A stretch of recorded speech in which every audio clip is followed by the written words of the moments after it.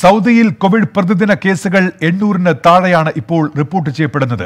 775 പേർക്ക് പുതുതായി കോവിഡ് സ്ഥിരീകരിക്കുകയും 28 പേർ മരിക്കുകയും ചെയ്തു. കോവിഡ് ചികിത്സയിലായിരുന്ന ഒരു മലയാളി കൂടി ഇന്ന് സൗദിയിൽ മരിച്ചു. 775 കോവിഡ് കേസുകളും 720 രോഗമുക്തിയും 28 മരണവുമാണ് സൗദിയിൽ ഇന്ന് റിപ്പോർട്ട് ചെയ്തത്.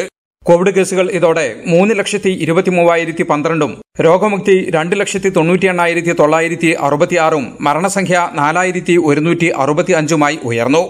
92.56% രോഗമുക്തി നിരക്ക്. 19,881 പേരാണ് ഇപ്പോൾ ചികിത്സയിലുള്ളത്.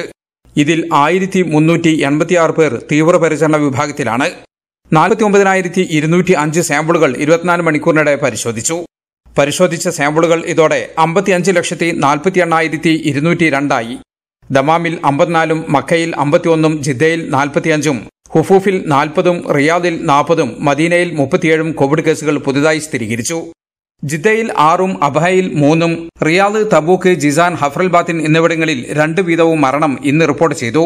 കൂടാതെ Hofuf, Taif, Medina, Buraidah, Arar, Mubarraz, Sakaka, Abu Arish, Samtah, Ahad Rufaida, കൊറിയാത്ത് എന്നിവിടങ്ങളിൽ ഓരോ മരണവും ഇന്ന് റിപ്പോർട്ട് ചെയ്തു. അതേസമയം കോവിഡ് ചികിത്സയിലായിരുന്ന ഒരു മലയാളി കൂടി ഇന്ന് ജിദ്ദയിൽ മരിച്ചു. കോട്ടയം സ്വദേശിയായ ബോബൻ വർക്കിയാണ് മരിച്ചത്.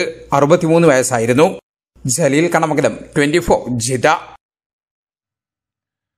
UAE-യിൽ കോവിഡ് ബാധിച്ചവരുടെ എണ്ണത്തിൽ വർധന. ഇന്ന് 883 പേർക്കാണ് രോഗം സ്ഥിരീകരിച്ചത്. ഖത്തറിൽ 267 പേർക്കും ഒമാനിൽ 349 പേർക്കും ഇന്ന് രോഗബാധ സ്ഥിരീകരിച്ചു. UAE-യിൽ പ്രതിദിനം കോവിഡ് പോസിറ്റീവ് ആകുന്നവരുടെ എണ്ണത്തിൽ വൻ വർധനവ്. ഇന്ന് 883 പേർക്കാണ് UAE-യിൽ COVID-19 സ്ഥിരീകരിച്ചത്. ഇതോടെ വൈറസ് ബാധിച്ചവരുടെ എണ്ണം 75,981 ഉയർന്നു.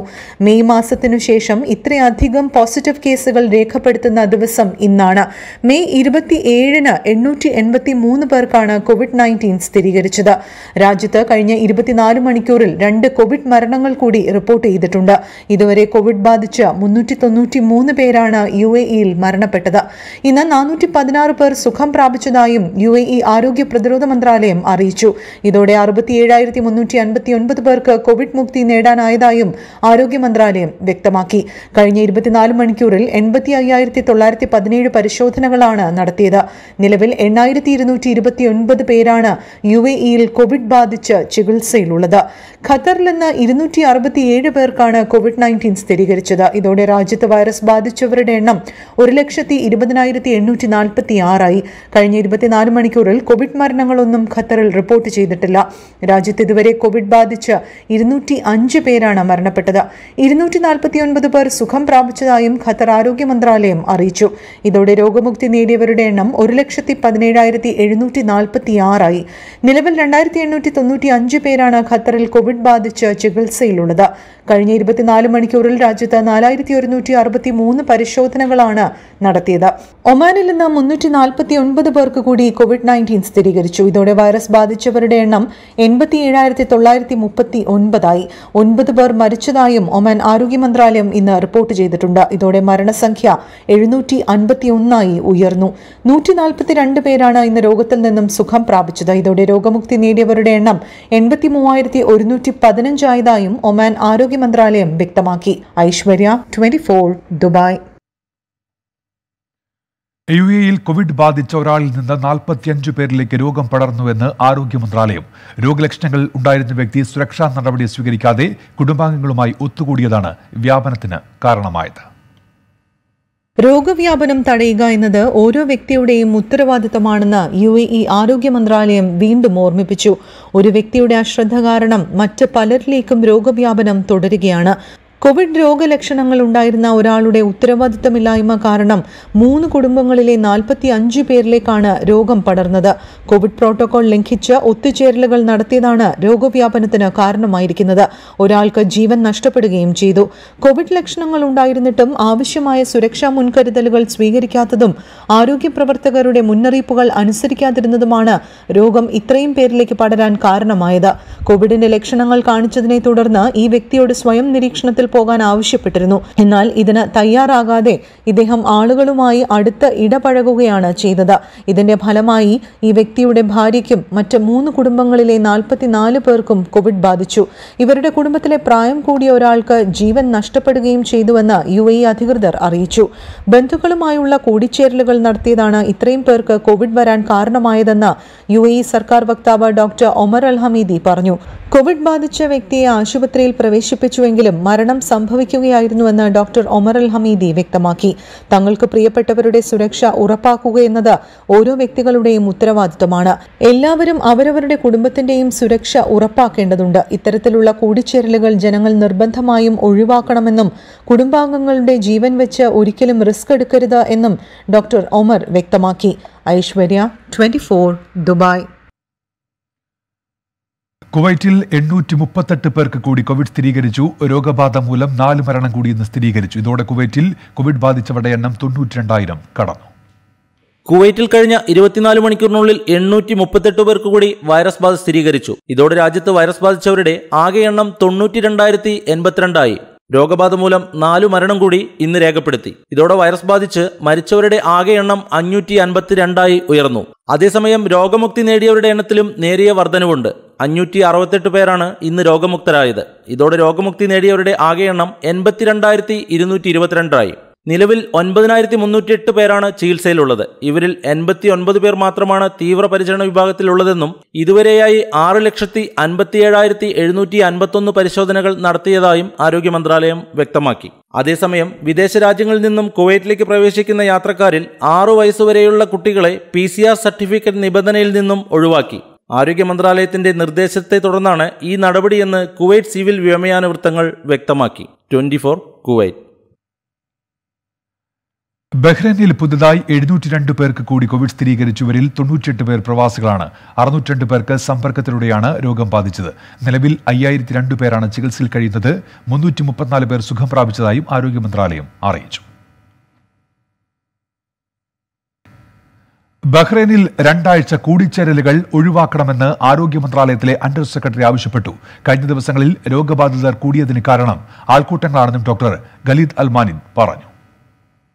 കഴിഞ്ഞ ദിവസങ്ങളിൽ രോഗികൾ കൂടാൻ കാരണം ആൾക്കൂട്ടങ്ങളാണെന്നും കർശനമായ മുൻകരുതൽ നിർദ്ദേശങ്ങൾ പാലിക്കുകയെന്നത് ഓരോ വ്യക്തിയുടെയും ഉത്തരവാദിത്വമാണെന്നും ഡോക്ടർ വലീദ് അൽമന്ന വാർത്താ സമ്മേളനത്തിൽ വ്യക്തമാക്കി. ഏതാനും ദിവസങ്ങളായി രോഗികളുടെ എണ്ണം വർദ്ധിച്ചുകൊണ്ടിരിക്കുകയാണ്. രോഗം വ്യാപിക്കാനുള്ള സാധ്യതയെക്കുറിച്ച് പല ഘട്ടങ്ങളിലും ആരോഗ്യ മന്ത്രാലയം മുന്നറിയിപ്പ് നൽകിയിരുന്നതാണ്. പരിപാടികളിലും സംഗമങ്ങളിലും പങ്കെടുക്കുക വഴിയാണ് പലർക്കും രോഗം ബാധിച്ചതെന്നാണ് സമ്പർക്ക ശൃംഖല പരിശോധനയിൽ വ്യക്തമാക്കുന്നത്. 2 ആഴ്ച കൂടിച്ചേരലുകൾ ഒഴിവാക്കി രോഗവ്യാപന ശൃംഖല ഭേദിപ്പിക്കാൻ കഴിയുമെന്ന് അദ്ദേഹം പറഞ്ഞു. സർക്കാർ സ്കൂളുകളുടെ പ്രവർത്തനം ആരംഭിക്കുന്നത് 2 ആഴ്ച നീട്ടിവെച്ചത് രോഗവ്യാപനം തടയുന്നതിനാണ്. അധ്യാപകരെയും മറ്റ് ജീവനക്കാരെയും കോവിഡ് പരിശോധനയ്ക്ക് വിധേയരാക്കും. ബഹ്റൈനിൽ ആരംഭിച്ച കോവിഡ് വാക്സിൻ 3ാം ഘട്ട ക്ലിനിക്കൽ പരീക്ഷണത്തിൽ ഇതുവരെ 3000-ലധികം പേർ പങ്കാളികളായതായി BDF ഹോസ്പിറ്റലിലെ സാംക്രമിക രോഗ വിദഗ്ധനും കോവിഡ് പ്രതിരോധത്തിനുള്ള നാഷണൽ ടാസ്ക് ഫോഴ്സ് അംഗവുമായ ലഫ്റ്റനന്റ് കേണൽ മനാഫ് അൽ ഖത്താനി പറഞ്ഞു. ജോമോൻ കുരിശിങ്കൽ, 24 ബഹ്റൈൻ. സൗദി അറേബ്യയിൽ പ്രമുഖ പൊതുമേഖലാ സ്ഥാപനങ്ങളുടെ സ്വകാര്യവൽക്കരണ നീക്കത്തിന് മന്ത്രിസഭ അംഗീകാരം നൽകി. 10 പ്രധാന പൊതുമേഖലാ സ്ഥാപനങ്ങളുടെ സ്വകാര്യവൽക്കരണത്തിന് 2 വർഷം മുൻപ് രൂപവൽക്കരിച്ച സമിതിയുടെ നിർദ്ദേശങ്ങളാണ് മന്ത്രിസഭാ യോഗം അംഗീകരിച്ചത്. 2 വർഷം മുമ്പ് തയ്യാറാക്കിയ പദ്ധതി അനുസരിച്ച് വിദ്യാഭ്യാസം, ആരോഗ്യം, ഗതാഗതം, ഊർജ്ജ, വ്യവസായം, ജലം, കൃഷി, പരിസ്ഥിതി, തൊഴിൽ, ഹജ്ജ്, ഉംറ, ടെലികമ്മ്യൂണിക്കേഷൻ, ഭവന നിർമ്മാണം, തദ്ദേശ ഭരണം തുടങ്ങിയ പൊതുമേഖലാ സ്ഥാപനങ്ങളാണ് സ്വകാര്യവൽക്കരണ പട്ടികയിൽ ഉൾപ്പെട്ടിട്ടുള്ളത്. വിദ്യാഭ്യാസത്തിന് കീഴിൽ മന്ത്രാലയത്തിന്റെ സ്വകാര്യവൽക്കരണത്തിന് പുറമെ നിലവിലുള്ള സർക്കാർ സർവകലാശാലകൾ, വൊക്കേഷണൽ ട്രെയിനിംഗ് ഇൻസ്റ്റിറ്റ്യൂട്ട് എന്നിവയും സ്വകാര്യ മേഖലയ്ക്ക് കൈമാറും. സിവിൽ ഏവിയേഷൻ, പൊതുഗതാഗതം, തുറമുഖങ്ങൾ, സൗദി എയർലൈൻസ്, സൗദി റെയിൽവേ എന്നിവയുടെ സ്വകാര്യവൽക്കരണം ഉണ്ടാകും. ഊർജ്ജരംഗത്ത് Jubail Yanbu royal commission, king Abdullah city for science and technology, king Abdullah city for renewable energy എന്നിവയും സ്വകാര്യവൽക്കരണ പട്ടികയിലുണ്ട്. ഉപ്പുജല ശുദ്ധീകരണ പ്ലാന്റുകൾ, നാഷണൽ വാട്ടർ കമ്പനി തുടങ്ങിയവയാണ് ജലകൃഷി മന്ത്രാലയത്തിന് കീഴിൽ സ്വകാര്യവൽക്കരണത്തിൽ ഉൾപ്പെടുത്തിയിട്ടുള്ളത്. സുബൈറുദ്ദൂർ, 24 ദമാം. അബുദാബിയിൽ പാചകവാതക ചോർച്ചയെ തുടർന്നുണ്ടായ അപകടത്തിൽ പരിക്കേറ്റവരെ executive council chairman Sheikh Khalid bin Mohammed സന്ദർശിച്ചു. ഓഗസ്റ്റ് 30-നുണ്ടായ അപകടത്തിൽ 3 പേരാണ് മരിച്ചത്. അപകടത്തിൽ പരിക്കേറ്റ് അബുദാബി ഷെയ്ഖ് ഷഖ്ബൂത്ത് മെഡിക്കൽ സിറ്റിയിൽ കഴിയുന്നവരെയാണ് ഷെയ്ഖ് ഖാലിദ് സന്ദർശിച്ചത്. ഓഗസ്റ്റ് 31-ന് അബുദാബി എയർപോർട്ട് റോഡിലെ KFC കെട്ടിടത്തിലുണ്ടായ സ്ഫോടനത്തിൽ 2 ഫിലിപ്പൈൻസ് സ്വദേശികളും 1 ശ്രീലങ്കൻ സ്വദേശിയുമാണ് മരിച്ചത്. പരിക്കേറ്റ് ചികിത്സയിലുള്ളവർക്ക് എല്ലാവിധ സഹായങ്ങളും ഉറപ്പാക്കുമെന്ന് ഷെയ്ഖ് ഖാലിദ് അറിയിച്ചു. ഇത് സംബന്ധിച്ച് സാമൂഹിക വികസന വകുപ്പിന് അദ്ദേഹം നിർദ്ദേശം നൽകിയിട്ടുണ്ട്. കൂടാതെ കെട്ടിടത്തിലെ ഗ്യാസ് വിതരണം, സംഭരണം എന്നിവയുടെ സുരക്ഷ ഉറപ്പുവരുത്തണമെന്നും ഷെയ്ഖ് ഖാലിദ് നിർദ്ദേശിച്ചു. പാചകവാതക പൈപ്പിൽ നിന്നുണ്ടായ ചോർച്ചയാണ് അപകട കാരണമെന്ന് അന്വേഷണത്തിൽ വ്യക്തമായിരുന്നു. അതിനിടെ സ്ഫോടനത്തെ തുടർന്ന് കെട്ടിടത്തിലെ ഭവനരഹിതരായ 200-ലധികം പേരുടെ താമസ ചെലവ് തൽക്കാലം വഹിക്കാൻ എമിറേറ്റ്സ് റെഡ് ക്രസന്റ് തയ്യാറായിട്ടുണ്ട്. 208 പേർക്ക് കെട്ടിടത്തിലെ സുരക്ഷ ഉറപ്പാക്കുന്നതുവരെ താമസ സൗകര്യം മാറേണ്ട സാഹചര്യത്തിലാണ് പശ്ചിമ അബുദാബിയിലെ റൂളേഴ്സ് പ്രതിനിധിയും റെഡ് ക്രസന്റ് ചെയർമാനുമായ Sheikh Hamdan bin Zayed Al Nahyan പിന്തുണ ഉറപ്പാക്കിയത്. അതേസമയം പാചകവാതക സിലിണ്ടറുകളുടെയും പൈപ്പുകളുടെയും ഉപയോഗം ശ്രദ്ധയോടെയാകണമെന്ന് പോലീസ് പൊതുജനങ്ങൾക്ക് മുന്നറിയിപ്പ് നൽകിയിട്ടുണ്ട്. ഇത് സംബന്ധിച്ച് സിവിൽ ഡിഫൻസ് സുരക്ഷാ ബോധവൽക്കരണവും നടത്തുന്നുണ്ട്. അരുൺ പാറാട്ട്, 24 അബുദാബി. ഷാർജ എമിറേറ്റിലെ സ്വകാര്യ സ്കൂളുകൾ തുറക്കുന്നത് 2 ആഴ്ചത്തേക്ക് കൂടി നീട്ടി. 2 ആഴ്ച കൂടി ഓൺലൈൻ പഠനം തുടരുമെന്ന് ഷാർജ പ്രൈവറ്റ് എഡ്യൂക്കേഷൻ അതോറിറ്റി അറിയിച്ചു. ഓഗസ്റ്റ് 30-ന് UAE-യിലെ സ്കൂളുകൾ തുറന്നുവെങ്കിലും ആദ്യത്തെ 2 ആഴ്ച ഓൺലൈൻ പഠനം നടത്താനാണ് ഷാർജ പ്രൈവറ്റ് എഡ്യൂക്കേഷൻ അതോറിറ്റി തീരുമാനിച്ചത്. എന്നാൽ സ്കൂളുകൾ തുറക്കുന്നത് ഇനിയും 2 ആഴ്ചത്തേക്ക് കൂടി നീട്ടിയതായി ദുരന്ത നിവാരണ സമിതിയും ഷാർജ പ്രൈവറ്റ് എഡ്യൂക്കേഷൻ അതോറിറ്റിയും അറിയിച്ചു. സെപ്റ്റംബർ 13 മുതൽ 24 വരെ ഷാർജ എമിറേറ്റിലെ മുഴുവൻ സ്കൂളുകളിലും ഓൺലൈൻ പഠനം തന്നെ തുടരും. കോവിഡ് സുരക്ഷാ നിയന്ത്രണങ്ങൾ തുടരുന്ന സാഹചര്യത്തിലാണ് സ്കൂളുകൾ തുറക്കുന്നത് നീട്ടാൻ ഇപ്പോൾ തീരുമാനിച്ചത്. ഷാർജയിലെ സ്വകാര്യ സ്കൂളുകളിലെ എല്ലാ വിദ്യാർത്ഥികൾക്കും 2 ആഴ്ച കൂടി ഓൺലൈൻ പഠനം തന്നെ തുടരും. സ്വകാര്യ സ്കൂളുകളിലെ എല്ലാ വിദ്യാർത്ഥികൾക്കും ഇനിയുള്ള 2 ആഴ്ച ഓൺലൈൻ പഠനം തന്നെയായിരിക്കുമെന്നും പ്രൈവറ്റ് എഡ്യൂക്കേഷൻ അതോറിറ്റി വ്യക്തമാക്കി. COVID-19 സുരക്ഷാ നിയന്ത്രണങ്ങൾ തുടരുന്നതിനാലാണ് ഈ തീരുമാനമെന്നും അധികൃതർ അറിയിച്ചു.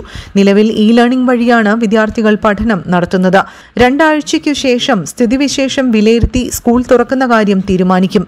UAE-യിൽ സ്കൂളുകൾ തുറന്നുവെങ്കിലും ആദ്യത്തെ ടേമിൽ ഓൺലൈൻ പഠനം തിരഞ്ഞെടുക്കുവാനുള്ള അവസരവും വിദ്യാർത്ഥികൾക്ക് നൽകിയിട്ടുണ്ട്. ഐശ്വര്യ, 24 ഷാർജ. കോവിഡ് പ്രതിസന്ധിയെ അതിജീവിക്കാനുള്ള മാർഗങ്ങളുമായി UAE-യിലെ കാർഗോ കമ്പനികൾ പ്രതിസന്ധി തരണം ചെയ്യാനായി പല വിധത്തിലുള്ള പദ്ധതികളുമായാണ് ഈ മേഖലയിൽ പ്രവർത്തിക്കുന്ന സംഘടനകൾ മുന്നോട്ടു പോകുന്നത്. കൂടാതെ പാസഞ്ചർ സർവീസുകൾ കുറഞ്ഞ മേഖലകളിലേക്ക് കൂടുതൽ കാർഗോ ഫ്ലൈറ്റുകൾ സർവീസ് നടത്താൻ തീരുമാനിച്ചതും സംസ്ഥാന അതിർത്തികളിലെ ചെക്കിങ്ങിന് അയവ് വന്നതും വരും ദിവസങ്ങളിൽ കുറഞ്ഞ സമയത്തിനുള്ളിൽ സാധനങ്ങൾ എത്തിക്കാൻ സഹായകരമാകുമെന്നാണ് കാർഗോ മേഖലയിലുള്ളവർ പ്രതീക്ഷിക്കുന്നത്. പ്രധാന പോർട്ടുകളിലെ ഉദ്യോഗസ്ഥരുടെ കുറവും പാഴ്സലുകളുടെ ക്ലിയറൻസ് സംബന്ധമായ ജോലികളിൽ ഉണ്ടാകുന്ന കാലതാമസവും സാധനങ്ങൾ കെട്ടിക്കിടക്കുന്നതിനും ഇടയാക്കുന്നുണ്ടെന്ന് ഇവർ പറയുന്നു. കുവൈറ്റിലുള്ള ഇന്ത്യക്കാരായ പ്രവാസികളിൽ യാത്രാരേഖകൾ കൈവശമില്ലാത്തവർക്കായി ഇന്ത്യൻ എംബസി പരിഹാരമൊരുക്കുന്നു. മലയാളികൾ ഉൾപ്പെടെ നിരവധി ഇന്ത്യക്കാർക്ക് ഈ സംവിധാനം സഹായകരമാകും. കുവൈറ്റിലുള്ള ഇന്ത്യക്കാരായ പ്രവാസികളിൽ കാലാവധി കഴിഞ്ഞ് പാസ്പോർട്ട് കൈവശമുള്ളവർ, എമർജൻസി സർട്ടിഫിക്കറ്റ് കൂടാതെ മറ്റ് പാസ്പോർട്ട് നഷ്ടമായവർ തുടങ്ങിയവർക്ക് യാത്രാരേഖകൾ ശരിയാക്കുന്നതിനുള്ള അവസരമാണ് രജിസ്ട്രേഷൻ ഡ്രൈവിലൂടെ ഇന്ത്യൻ എംബസി ഒരുക്കിയിരിക്കുന്നത്. ഇതിനായുള്ള അപേക്ഷ പൂരിപ്പിച്ച് എംബസി കോൺസൽ ഹാളിലും ജലീബൽ ഷുവൈഖ്, ഷെർഖ്, ഫഹേൽ എന്നിവിടങ്ങളിലെ പാസ്പോർട്ട് സേവന കേന്ദ്രങ്ങൾ സ്ഥാപിച്ച ബോക്സുകളിലോ നിക്ഷേപിക്കണം. തുടർന്നുള്ള വിവരങ്ങൾ അറിയുന്നതിന് രജിസ്ട്രേഷൻ നമ്പറായി പഴയ പാസ്പോർട്ട് നമ്പറോ എമർജൻസി സർട്ടിഫിക്കറ്റ് നമ്പറോ ഉപയോഗിക്കണമെന്നും അതോടൊപ്പം കൂടുതൽ ആശയവിനിമയത്തിനായി community.kuwait@mea.gov.in എന്ന ഇമെയിലിൽ ബന്ധപ്പെടാവുന്നതാണെന്നും ഇന്ത്യൻ എംബസി അറിയിച്ചു. കൂടാതെ അപേക്ഷകൾ ഓൺലൈനായി സമർപ്പിക്കാൻ ഗൂഗിൾ ഫോം സൗകര്യവും എംബസി ഒരുക്കിയിട്ടുണ്ട്.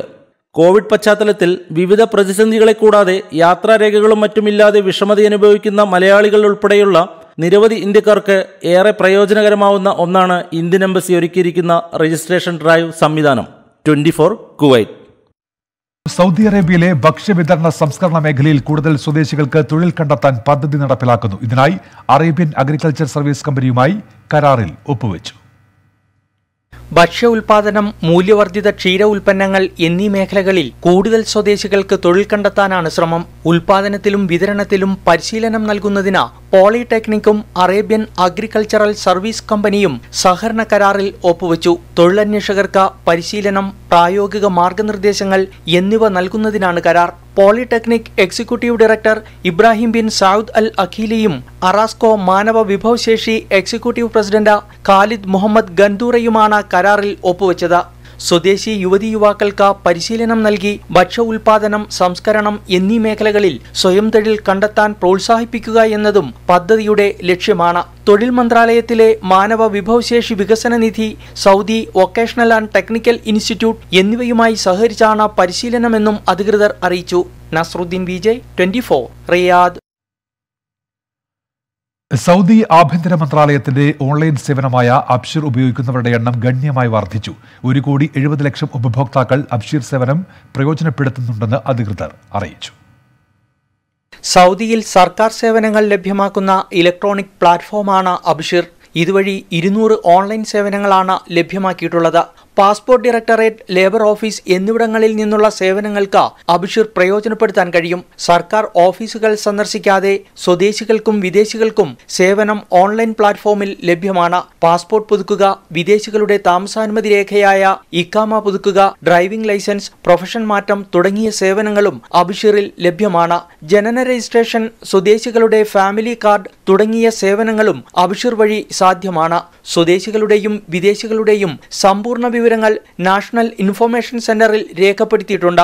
ഇവിടെ നിന്നുള്ള വിവരങ്ങൾ അടിസ്ഥാനമാക്കിയാണ് അബ്ഷിർ സേവനം ലഭ്യമാക്കുന്നത്. നസ്രുദ്ദീൻ വിജയ്, 24, റിയാദ്. പ്രധാനമന്ത്രി നരേന്ദ്രമോദിയും സൗദി ഭരണാധികാരി സൽമാൻ രാജാവും ടെലിഫോണിൽ ചർച്ച നടത്തി. G20 രാജ്യങ്ങളുടെ പ്രവർത്തനങ്ങൾ ഇരു നേതാക്കളും വിലയിരുത്തി. ഈ വർഷം നവംബറിൽ G20 രാഷ്ട്രത്തലവന്മാർ പങ്കെടുക്കുന്ന ഉച്ചകോടി റിയാദിൽ നടക്കുമെന്നാണ് പ്രതീക്ഷിക്കുന്നത്. G20 രാജ്യങ്ങളുടെ അധ്യക്ഷ പദവിയിലുള്ള സൗദി അറേബ്യ കോവിഡ് പ്രതിസന്ധിയെ തുടർന്നുണ്ടായ പ്രത്യാഘാതം കുറയ്ക്കുന്നതിന് അംഗരാജ്യങ്ങളുമായി വിവിധ പദ്ധതികളാണ് ആവിഷ്കരിച്ചിട്ടുള്ളത്. ഇതിന്റെ ഭാഗമായാണ് പ്രധാനമന്ത്രി നരേന്ദ്രമോദിയുമായി സൽമാൻ രാജാവ് ടെലിഫോണിൽ ചർച്ച നടത്തിയത്. ആഗോള സമ്പദ് വ്യവസ്ഥയിൽ പകർച്ചവ്യാധിയുടെ പ്രത്യാഘാതങ്ങൾ ലഘൂകരിക്കണം. ഇതിനുള്ള ശ്രമങ്ങൾ തുടരുന്നതിന് അംഗരാജ്യങ്ങൾക്ക് സുപ്രധാന പങ്കുവഹിക്കാനുണ്ടെന്ന് സൽമാൻ രാജാവ് പറഞ്ഞു. ഈ വർഷം G20 രാഷ്ട്രങ്ങളെ നയിക്കുന്ന സൗദി അറേബ്യയെ പ്രധാനമന്ത്രി നരേന്ദ്രമോദി അഭിനന്ദിച്ചു. വിവിധ ഘട്ടങ്ങളിൽ നടന്ന G20 രാജ്യങ്ങളുടെ യോഗങ്ങൾ ഫലം ചെയ്യുമെന്നും പ്രധാനമന്ത്രി ആത്മവിശ്വാസം പ്രകടിപ്പിച്ചു. നസ്രുദ്ദീൻ വിജയ്, 24, റിയാദ്. അടിയന്തരമായി മടങ്ങേണ്ട ഇന്ത്യക്കാർക്കായി പ്രത്യേക വിമാന സർവീസുകൾ ആരംഭിക്കണമെന്ന് സൗദിയോട് ആവശ്യപ്പെട്ടതായി ഇന്ത്യൻ അംബാസഡർ അറിയിച്ചു. ഇന്ത്യൻ എംബസി സംഘടിപ്പിച്ച വെബിനാറിൽ സംസാരിക്കുകയായിരുന്നു അദ്ദേഹം. അന്താരാഷ്ട്ര വിമാന സർവീസുകൾ റദ്ദാക്കിയത് മൂലം സൗദിയിലേക്ക് മടങ്ങാനാകാതെ നിരവധി ഇന്ത്യക്കാർ പ്രയാസപ്പെടുന്നുണ്ട്. അടിയന്തരമായി സൗദിയിലേക്ക് മടങ്ങേണ്ട ബിസിനസ്സുകാരും ആരോഗ്യ പ്രവർത്തകരും ഉൾപ്പെടെയുള്ളവർക്കായി പ്രത്യേക വിമാന സർവീസുകൾ നടത്താൻ സൗദിയോട് ആവശ്യപ്പെട്ടതായി സൗദിയിലെ ഇന്ത്യൻ അംബാസഡർ ഡോക്ടർ അഫ്സാഫ് സയ്യിദ് പറഞ്ഞു. ഇന്ത്യൻ എംബസി സംഘടിപ്പിച്ച വെബിനാറിൽ സംസാരിക്കുകയായിരുന്നു ambassador. We have taken up this matter from the embassy with the Saudi authorities to allow make a special dispensation wherever possible so that these categories could come in. And I would also like to mention that we have proposed an air bubble arrangement between India and Saudi Arabia. If this arrangement is worked out, then the travel between India and Saudi Arabia by business travelers and others and other critical cases like those who are held up would also be, facilitated. കോവിഡിന്റെ പശ്ചാത്തലത്തിലും ഇന്ത്യയും സൗദിയും തമ്മിലുള്ള വാണിജ്യ ബന്ധത്തിൽ കാര്യമായ കുറവ് വന്നിട്ടില്ലെന്നും അഫ്സാഫ് സയ്യിദ് പറഞ്ഞു. ഇന്ത്യയിൽ നിന്നും സൗദിയിലേക്കുള്ള കാർഷിക ഉൽപ്പന്നങ്ങൾ, കാലികൾ, പ്ലാസ്റ്റിക്, റബ്ബർ ഉൽപ്പന്നങ്ങൾ എന്നിവയുടെ ഇറക്കുമതി കഴിഞ്ഞ വർഷവുമായി താരതമ്യം ചെയ്യുമ്പോൾ കുറഞ്ഞു. എന്നാൽ ഫാർമ, ഓർഗാനിക് കെമിക്കൽസ് എന്നിവയുടെ ഇറക്കുമതി വർദ്ധിച്ചതായും അംബാസഡർ അറിയിച്ചു. HSBC Saudi CEO Rajeev Shukla, SME chamber of India president Chandrakant Salunke, invest India manager Ajal Walia, Saudi India business network അംഗങ്ങളായ ഹാനി ഫത്തിയാനി, വിജയ് സോണി തുടങ്ങിയവർ വെബിനാറിൽ സംസാരിച്ചു. ജലീൽ കണമംഗലം, 24, ജിദ്ദ. രാജമാണിക്യം പോത്തുവരട്ടിയതും കമ്പത്ത് ദോശയുമൊക്കെയായി മെഗാസ്റ്റാർ മമ്മൂട്ടിക്ക് സൗദിയിൽ നിന്ന് വ്യത്യസ്തമായ ജന്മദിന സമ്മാനം. ജിദ്ദയിലെ ആരാധകരും റെസ്റ്റോറന്റുമാണ് വിഭവങ്ങളുടെ പേരുമാറ്റിയും കേക്ക് മുറിച്ചും മമ്മൂട്ടിയുടെ ജന്മദിനം ആഘോഷിച്ചത്. ഹലോ, ഒരു കൂടവിടെ കാട, ഒരു കമ്മത്ത് ദോശ, ഒരു രാജമാണിക്യം പോത്ത് വരട്ടിയത്, ഒരു 10 പൊറോട്ട. കൂടെവിടെ കാട, സൂര്യമാനസം സലാഡ്, അഴകിയ രാവണൻ സൂപ്പ്, പുട്ടുറുമീസ് പുട്ട്, കോട്ടയം കുഞ്ഞച്ചൻ കോഴിക്കറി, രാജമാണിക്യം പോത്തുവരട്ടിയത്, കമ്മത്ത് ദോശ, പത്തേമാരി പൊറോട്ട. ജിദ്ദയിൽ പുതുതായി ആരംഭിച്ച ഒരു റെസ്റ്റോറന്റിലെ വിഭവങ്ങളാണിവ. മെഗാസ്റ്റാർ മമ്മൂട്ടിയുടെ ജന്മദിനമായതോടെയാണ് വിഭവങ്ങൾക്കെല്ലാം പേരുമാറ്റം സംഭവിച്ചത്. മെഗാസ്റ്റാർ അഭിനയിച്ച സിനിമകളുടെ പേരാണ് വിഭവങ്ങൾക്ക്. Mammootty fans and welfare association international Jeddah ചാപ്റ്ററിന്റെ സഹകരണത്തോടെ ഗ്രീൻ ലാൻഡ് റെസ്റ്റോറന്റിൽ പ്രിയ താരത്തിന്റെ ജന്മദിനാഘോഷ ചടങ്ങുകൾ നടന്നു. അദ്ദേഹത്തിന്റെ അഭിനയം മാത്രമല്ല ഞങ്ങൾ ഇഷ്ടപ്പെടുന്നത്, അദ്ദേഹം ചെയ്യുന്ന പുണ്യപ്രവൃത്തികൾ, അദ്ദേഹം ചെയ്യുന്ന നന്മകൾ, അദ്ദേഹം ചെയ്യുന്ന ചാരിറ്റി പ്രവർത്തനങ്ങൾ ഇതെല്ലാം കണ്ടിട്ടാണ് ഞങ്ങൾ അദ്ദേഹത്തിന്റെ എന്താ പറയുക ഇഷ്ടപ്പെടാനും അദ്ദേഹത്തിന് ഈ ചാരിറ്റിയിൽ ഞങ്ങൾ അംഗമാകാനും തീരുമാനിച്ചത്. ഫ്ലവേഴ്സ് കോമഡി ഉത്സവം ഫെയിം ആശാ ഷിജു ഉൾപ്പെടെയുള്ള ഗായകർ മമ്മൂട്ടി സിനിമകളിലെ പാട്ടുകളുമായി ആഘോഷ പരിപാടിയുടെ ഭാഗമായി.